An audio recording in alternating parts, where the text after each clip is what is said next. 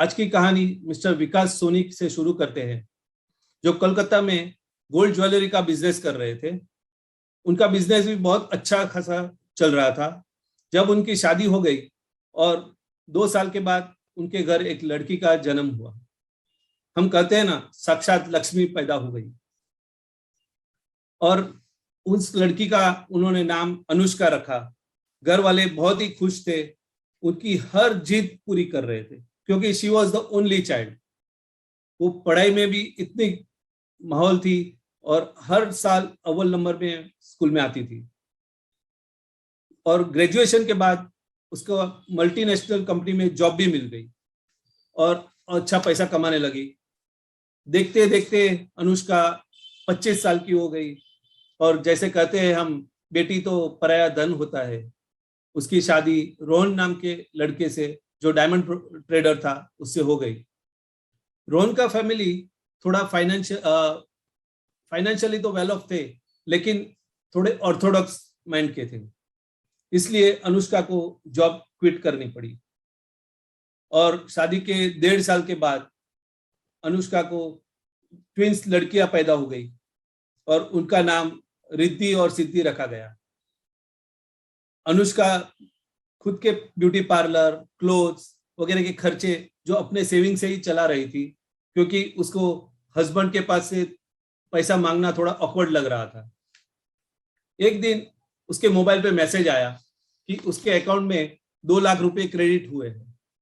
वो खुशी के मारे एकदम खुश हो गई कि जैकपॉट लग गया। लेकिन उसको लगा कि ये गलत है। उन्होंने तुरंत अपने पिताजी को फोन किया और बताया कि ये 2 लाख क्या आपने जमा किए हैं। तब उनके पिताजी ने बताया कि यस बेटे, जब आप 1 साल की थी तब मैंने एक इंश्योरेंस पॉलिसी ली थी और जब आप 27 साल की हो जाओगी तब से लाइफ टाइम आपको 2 लाख रुपए हर साल मिलता रहेगा। अनुष्का की आंख में आंसू आ गए। बोले, मेरे पिताजी ने मेरे फ्यूचर के लिए इतना अच्छा प्लानिंग किया है। दोस्तों, उस टाइम हम सोचते तो शेयर मार्केट में या एसआईपी में भी इन्वेस्ट कर सकते थे और कुछ शायद ज्यादा पैसा मिलता था। लेकिन दोस्तों, कौन सी कंपनी हमको साल दर साल गारंटेड 2 लाख रुपया देगी? ये सच है कि सारे दिन सरीखे नहीं होते हैं और कभी खुशी कम कभी गम आता ही है। एक दिन अनुष्का के हस्बैंड रोहन का कुछ एक्सीडेंट हो गया और उसे मल्टीपल फ्रैक्चर्स हो गए। हॉस्पिटल से डॉक्टर ने बताया कि करीब 10 लाख का खर्चा कम से कम होने वाला है। अनुष्का के पांव से जमीन हट गई। इतने पैसे वो कैसे लाती?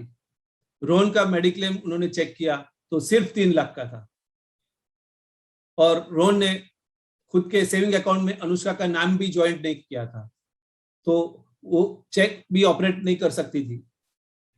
इस इमरजेंसी सिचुएशन में उसे एक अपनी इंश्योरेंस पॉलिसी याद आ गई कि क्यों ना मैं अपने इंश्योरेंस एडवाइजर को पूछूं, शायद उसमें से मुझे पैसा मिल जाए। उन्होंने अपने इंश्योरेंस एडवाइजर को फोन किया और सिचुएशन का बताया और तुरंत उन्होंने हेल्प किया कि यस, मैं आपको इस इमरजेंसी सिचुएशन में से जरूर एडवांस एलआईसी से ले देता हूं। और same day, with in 24 hours after completing certain formalities, Anushka के अकाउंट में 10 लाख जमा कर दिए। अनुष्का के इन-लॉज भी सोच में पड़ गए कि एलआईसी से ऐसे भी पैसे मिल सकते हैं। उनको तो लगा था एलआईसी से मरने के बाद ही पैसे मिलते हैं। दोस्तों, एलआईसी का नाम डेथ इंश्योरेंस कॉर्पोरेशन होता अगर ऐसी सिचुएशन होती तो, नहीं कि life insurance corporation of India. बेटियां रिद्धि और सिद्धि बड़ी हो गई थी। तुरंत अनुष्का ने क्या किया, अपनी बेटियां जैसे मेजर हो गई तो अपनी पॉलिसी में दोनों को नॉमिनेशन कर दिया था। अब अनुष्का भी धीरे धीरे बूढ़ी हो रही थी। अब 65 की एज हो गई, उसको भी थोड़े थोड़े कुछ हेल्थ इश्यूज आने लगे और एट द एज ऑफ 70 वो इस संसार को छोड़ के चली गई। दोनों बेटियों को नॉमिनी किया था तो इस पॉलिसी से दोनों बेटियों को 1-1 करोड़ रुपए मिल गए। लेकिन दोनों बेटियां भी फाइनेंशियली वेल ऑफ थी, तो उन्होंने सोचा क्यों ना हम अगली पीढ़ी के लिए, और जो लेडीज किसे फाइनेंशियली हेल्प की जरूरत होगी, इनके लिए हम कुछ करें।